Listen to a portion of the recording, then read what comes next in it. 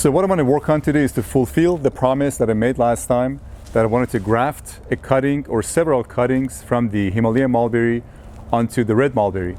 Now last time I made a mistake when I said the white mulberry, because we do have two white mulberries in this backyard and both of them are fruiting varieties, whereas it's the red mulberry that is fruitless. It's a flowering mulberry, but the nursery from which I purchased, they claimed that this was a fruiting variety, but that's not the case. So if you recall last time I really pruned the tree quite drastically, and but I left one branch just so I can monitor the tree and how it functions, and just to make sure that nutrients are still being pushed through the system.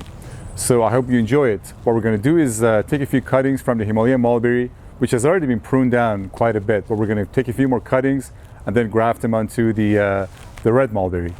Now, before we embark upon our grafting adventure, you want to make sure that you have all the right tools ready at your disposal. Now, what you need is a pair of pruners. I mean, I got two different types here, and they work pretty well for the most part, and they're very inexpensive. You can go buy a Felco for $60, $70, but these also get the job done. I think I paid like $15, $20 for these at the most. You need to have your grafting knife. It doesn't have to be a grafting knife. It doesn't have to be a floral knife.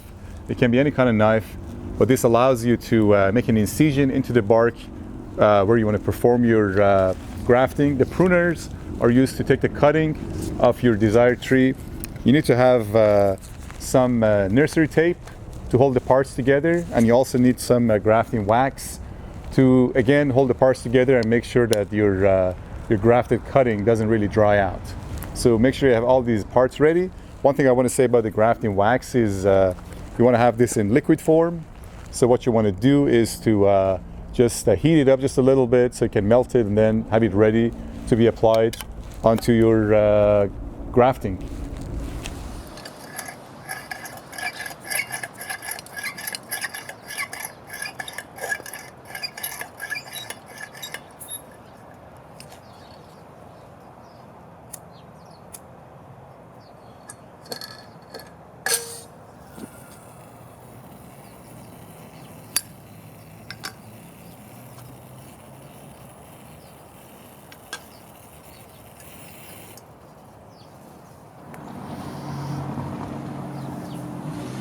Now I can smell the wax, so I think it's pretty good. It's pretty well melted, and it's ready to be used.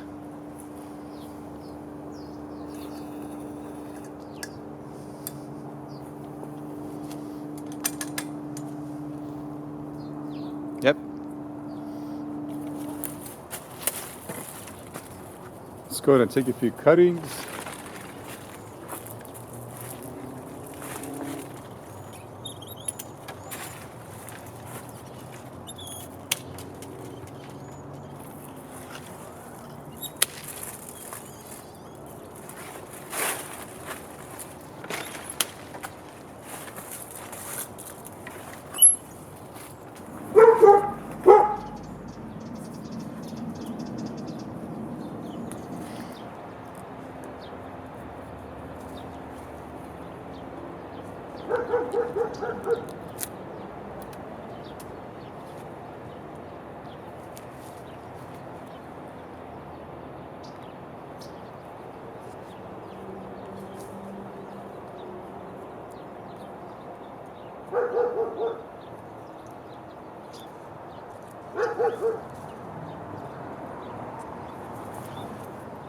So one thing I want to say, before you make an incision into the bark of the tree, always make sure that you have the proper technique for using the knife. So when you're making an incision, make sure you rest your thumb there, and then while you're making the incision, you won't be bending the blade down and cutting yourself. So always take all the necessary precautions before you use a sharp object like this. So always make sure it's securely held in your hands while you're making the incision, just like that, right?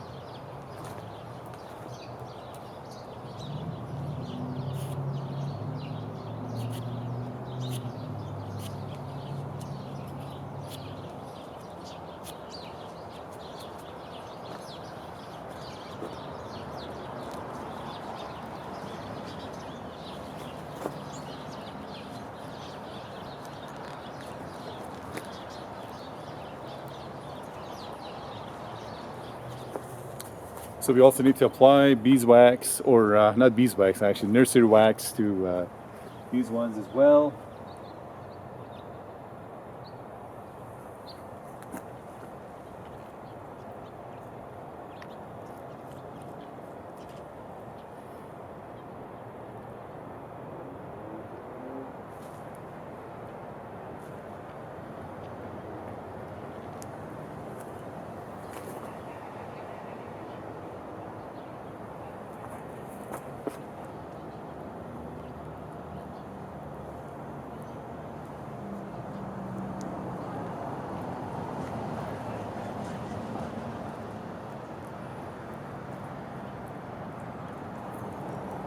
Seems pretty good. Let's try the last one, and then we'll go ahead and wrap these with a few pieces of nursery tape.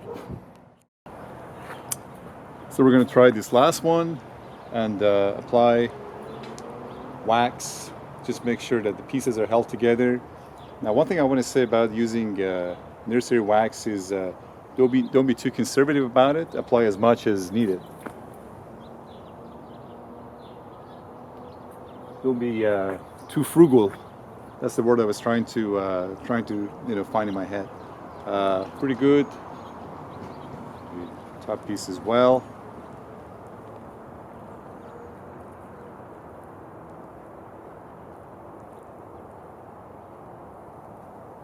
So the next thing we're going to try is some nursery tape. So just to make sure that the pieces are firmly attached to one another. So let's go ahead and wrap this in some nursery tape, just to make sure that we have them firmly attached to one another, the bark and also the cutting, or the graft I should say. I think this is pretty good.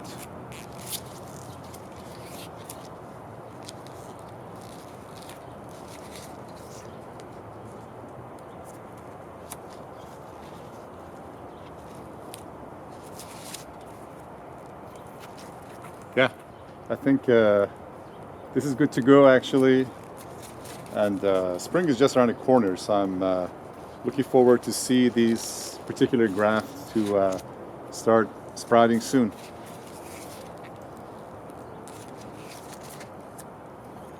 Now this is the second one that I just finished, so I put the vinyl tape around it, and seems to be firmly held onto the bark. And yeah, I'm pretty happy about it, and really looking forward for this to start sprouting in spring. I mean, as I said, the spring is just around the corner in Sacramento Valley. Maybe starting the first or second week of February. That's when the trees actually start sprouting and flowering. So yeah, really looking forward to this to eventually come to fruition, hopefully in the next few years. Now this is the last one that we did our cleft grafting on, and we're going to go ahead and wrap this in our grafting tape.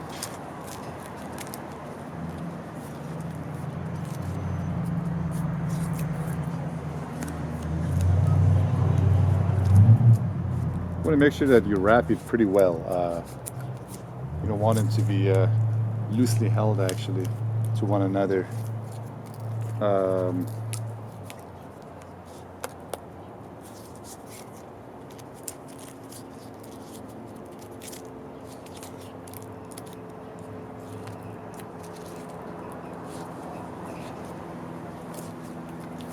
Go one more round.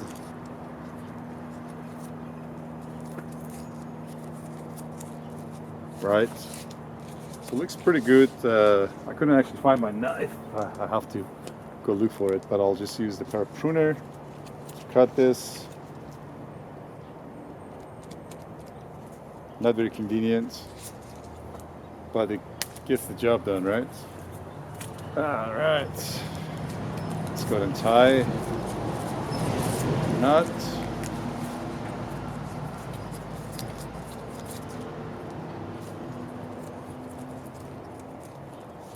Let's try one more time.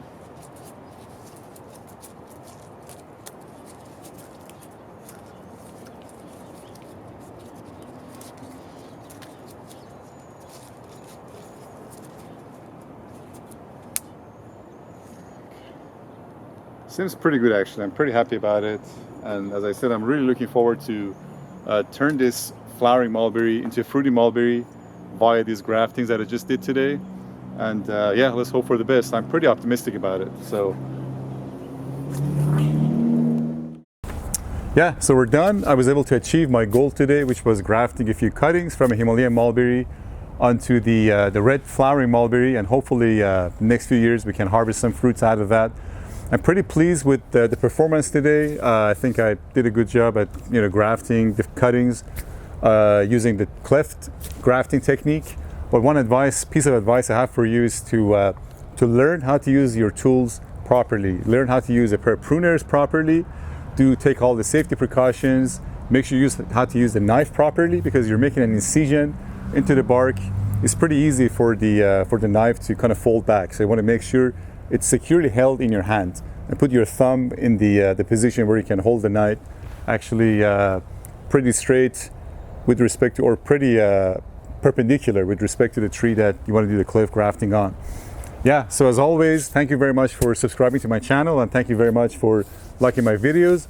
I'll see you in the next video. Probably I'll do a video on planting the Persian sour cherry that I purchased about 2-3 weeks ago. So yeah, until then, have a pleasant day. Take care.